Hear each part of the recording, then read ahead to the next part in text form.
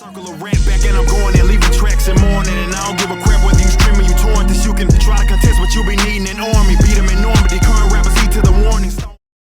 Welcome everyone to 3 Count Commentaries. I am MagMongoSlade. Today we're going to talk about R-Truth and the bamboozled minstrel argument.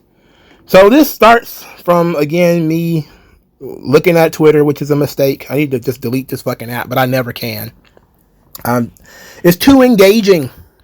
Anyway, R-Truth was off TV for 1 week, and that led to all the tribalistic AEW fans saying that the fans forgot about him. Nobody cares about R-Truth anymore. He was off TV for 1 week, by the way.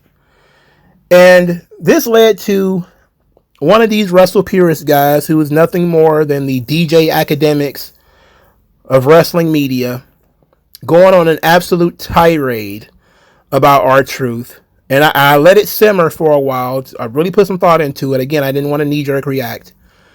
But I gotta walk you guys through this. So this is how it started. It's crazy how quickly the crowd moved on from R-Truth. Again, he was off TV for 1 week. He was off TV for 1 week. And then he was back on TV the very next week wrestling Aleister Black. So the Wrestle Purist guy, who I'm not going to name because I don't want to start any beef, but I'm pretty sure you can figure out who it is. And it doesn't matter which one of them it is. I don't like either one of them. He says, quote, WWE fans don't love Ron Killings. They loved their funny little nigga that popped them in backstage pre-tapes when he acted like a dummy, hence the outrage when that was taken from them. It's a shame. He's been much more than that, but he's been pigeonholed and typecasted for years. Funny little nigga. That's what he said about R-Truth, the man who was 50 years old. Right? He called him a funny little nigga. He got a lot of backlash from this. You know, white savior Matt Coon came by and, you know, picked his chin up for him. And he continued by saying, people are getting defensive because the reality that I just confronted them with made them uncomfortable. And instead of thinking about it, their first reaction was to get mad at me. I never said you're racist if you enjoyed R-Truth. I never said you're a bad person if you liked R-Truth. I've laughed at plenty of R-Truth pre-tapes while being conscious of what I was actually seeing. What I said was the truth. He was WWE fans' funny little nigga. The nigga that talked to himself, the nigga that thought the Royal Rumble match was a ladder match, the nigga that on numerous occasions struggled with the English language, the nigga that literally would jump and skip. His continued employment was determined by his ability to make his racist 70-year-old white boss giggle from the gorilla position. The character appealed to people's subconscious racial biases, and he executed it well because he's charismatic and talented. Stereotypical humor was not invented by WWE, nor is it exclusive to WWE. Black entertainers have historically had to get in where they fit in, and as a result, utilize their talents to, quote, play the game, so to speak. Same applied for Latino and other minority entertainers. My point is, Truth's value to the audience was in being the dumb black street caricature. I said WWE fans quite literally because WWE is the only promotion he's worked in for the last 17 years. I, as a black person, am absolutely allowed to point this out, let alone resent it, without the people that do not look like me yelling at me. Well, I'm pretty sure I look like you. And I'm not going to yell at you, though, because I don't think this is that important. Not important enough to yell about. So the rest of his comment is this. Professional wrestling is a traveling circus, and the pushback to his release in particular was because people were upset that their clown was taken away from them. Thankfully, Ron doesn't want to play the clown anymore. But the early returns are that what the fans would prefer. Yes, the fans would prefer the character that they saved to be the character that they saw on TV. That is true. That is absolutely true. But let's talk about this demeaning of R-Truth. Now, he's trying to demean the character. And there's a lot of people, of course, everybody's Huey at the garden party trying to tell you these uncomfortable truths, and all the people that's laughing are white people. Because militancy really only makes white people interested. You know, it's like going to the zoo. Like there used to be in history these parties. You know, the Tom Wolfe, I think his name was a writer who snuck into one of these big glamorous Hollywood parties in New York. And what he found was all the rich white liberals sitting around talking to Black Panthers, listening to them, sitting around the campfire with their wine and cheese crackers, listening to these guys talk about the ghetto. What's it like living in the ghetto? Because that to them is entertainment. So when they hear all this militant shit, it's all performative. It doesn't mean anything. They're entertained by it. They don't take what you're saying actually seriously. But see, I do. Okay? I took what he said seriously. And I said, okay, let's put some thought into this, guy. He's calling R-Truth a minstrel show. What are minstrels? Well, you look at the history, historically, what are minstrel shows? Minstrel shows were, for starters, they were racist in the beginning. There were white people in blackface making fun of usually black Southern culture. Watermelon and banjos, pretty much. Right? But now, the minstrel, because all concepts have lost any sort of connection to their actual roots, it's not about mocking black people anymore. Now, it's anytime somebody is funny, they're a minstrel, they're a clown. So nobody can have a sense of humor anymore. What's the difference between what Dave Chappelle does, what Drewski does, what any of these guys do, and what R-Truth does? What's the difference? And R-Truth, for starters, he was not really a caricature of a black street character. He rapped and he wore ill-fitting jeans, but that was it. There was nothing about the R-Truth character that was supposedly street. R-Truth has really good diction, actually. He speaks quite well. And had nothing to do with his race, really. Now, if R-Truth was like, eating watermelon and chicken or whatever, then maybe you'd have a point. But R-Truth's pretending that people can't see him, talking to an imaginary kid that he called Little Jimmy, ain't nothing racial about that. See, it's fine, and I know everybody's going to say, what about like Santino or Big Dick Johnson or any of the other white comedic characters? These guys do not want to engage in that conversation. The conversation they want to engage in is, woe is us, black folks, that one of the prominent characters on the show is a comedic side character who does wacky hijinks. Well, guess what? There was a ton of white people and Indians and everybody doing hijinks right along with them. How is it racist when fucking Jinder Mahal is doing it? How is it racist when EC3 is running around with the 24/7 title too? How is it racist when women are doing it? If everybody's doing it, it's not fucking racist. If everybody is being a clown, playing the fool, everybody's not racist. And here's the thing. This is the core of the argument. We laughed with R-Truth, not at R-Truth. Laughing at somebody is very different. When Titus O'Neil fell and slid under the ring, everybody laughed at him. Because it was some funny stuff that happened that he was the butt of the joke. R-Truth was never the butt of the joke. He was the cause of the joke. When he goes into the Royal Rumble and turns it into a hot tag, people go along with it. We're okay, fuck it, let's go. You want to grab ladders in the Royal Rumble? Okay, let's go. We're with you on this. This is what we want to see you do. But R-Truth is one character. While the entire time of R-Truth doing what he does, there was 3 or 4 black world champions. It just happened to not be R-Truth. Kofi Kingston did it. Big E did it. Lashley did it. I mean, it's not like, oh, but he's a racist. That's weird. This is really weird. And a lot of this is emotional. And it's an attempt to make other people emotional. He probably sat back and giggled at the amount of white people that were upset about what he says, because these white people do literally get upset at the mere mention that they might be racist. That you might call them racist. They get all defensive and their Twitter fingers get to tickety typing instead of being actually confident in who they are and saying, man, what the fuck are you talking about? You sound stupid. They get defensive. No. I don't think R-Truth was a clown. I don't think that. Just chill. Who cares what this guy thinks? He's nothing. The idea that somebody who looks like me can't tell me. He's not going to listen to people who look like him. That's the thing. He's not going to listen to black people. He ain't going to listen to white people. He ain't going to listen to anybody. This whole thing is performance. This is the same guy who used his platform to spread gossip for months and months and months before he got busted. This is his way of getting back in the good graces of certain people online.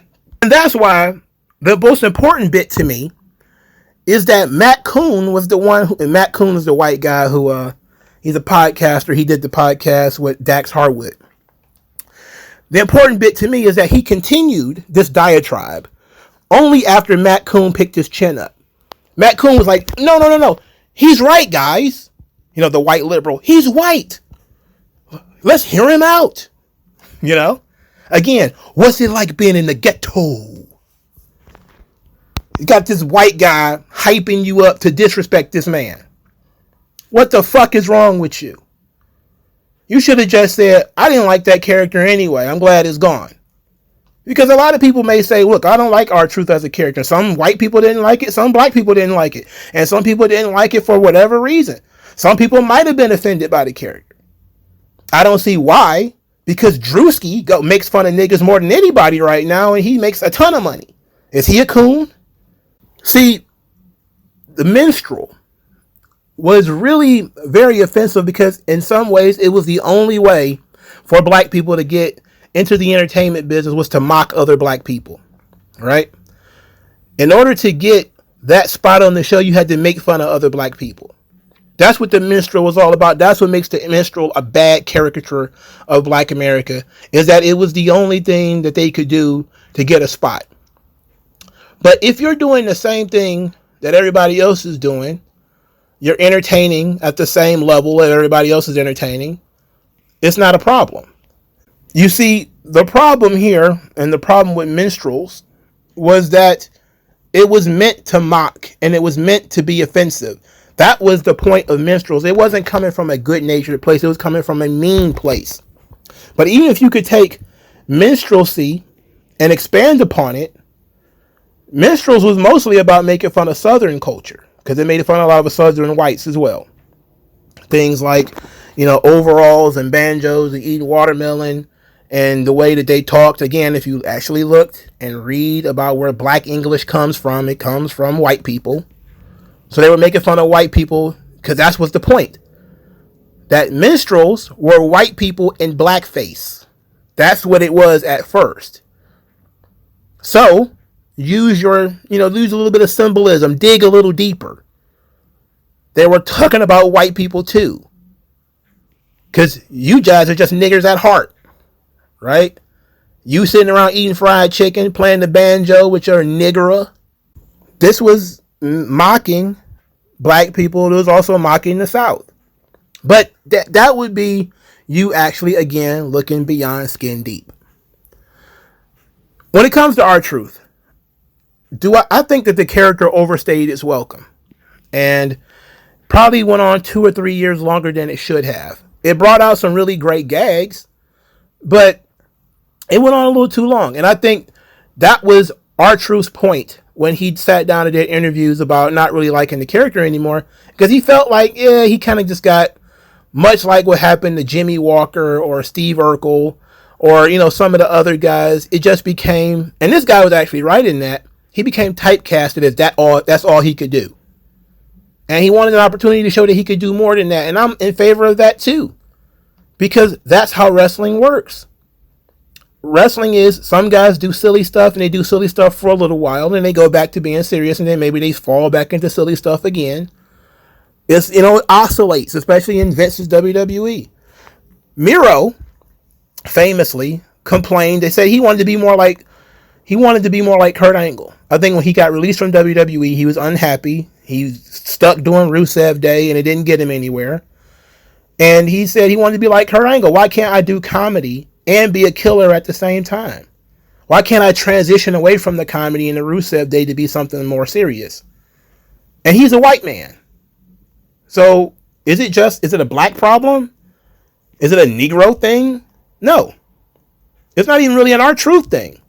This is the most successful comedy character in WWE history. That's a fact.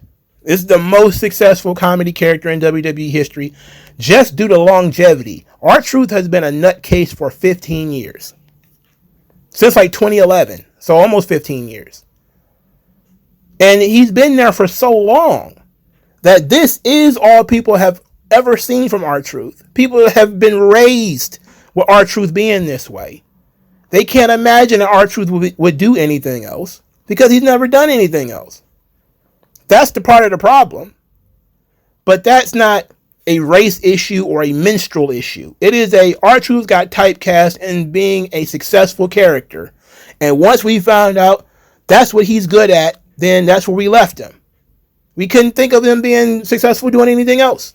Now he's going to get the opportunity to be successful doing something else. And some people are going to support it and other people are going to be like, I don't know. It's a lot like, I think this is a really good example.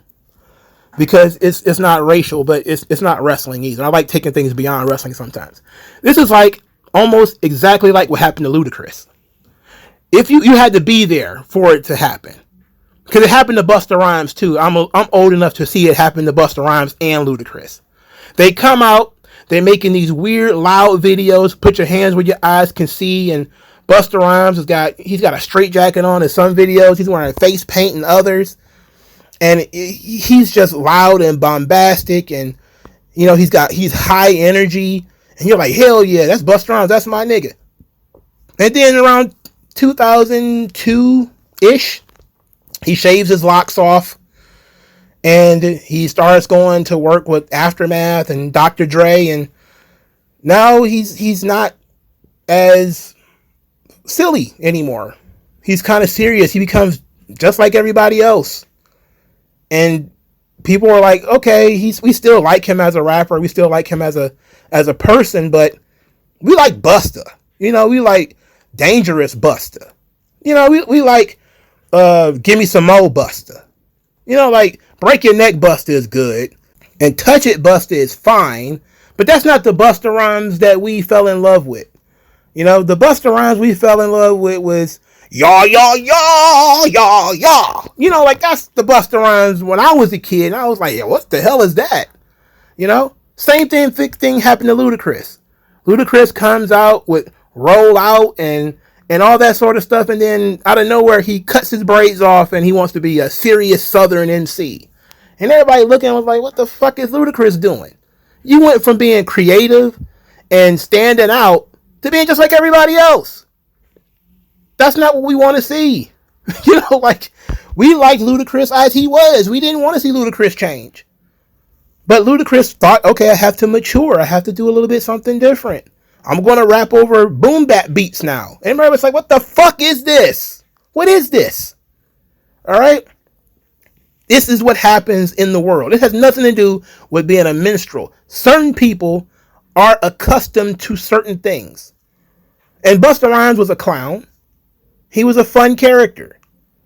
He made fun music. He made some of the best music videos of all time. Ludacris also made incredibly fun music videos. But once they shed what made them fun and just became just like everybody else, it became a problem. People were like, yeah, we don't like this. We liked what you were doing. Like this is fine. We don't hate this. But we liked Roll Out more. We liked Southern hospitality more. We like Welcome to Atlanta more than what you're doing now. And if there's anything that I would like people to notice, what happened to Busta Rhymes and Ludacris when they changed their image? They fell off. I hope R-Truth can make it better than they have. But we shall see. He was off TV for literally 1 week. And that created all of this talk. Because he was off TV for 1 week. Like, share. Talk to you guys later. Peace out.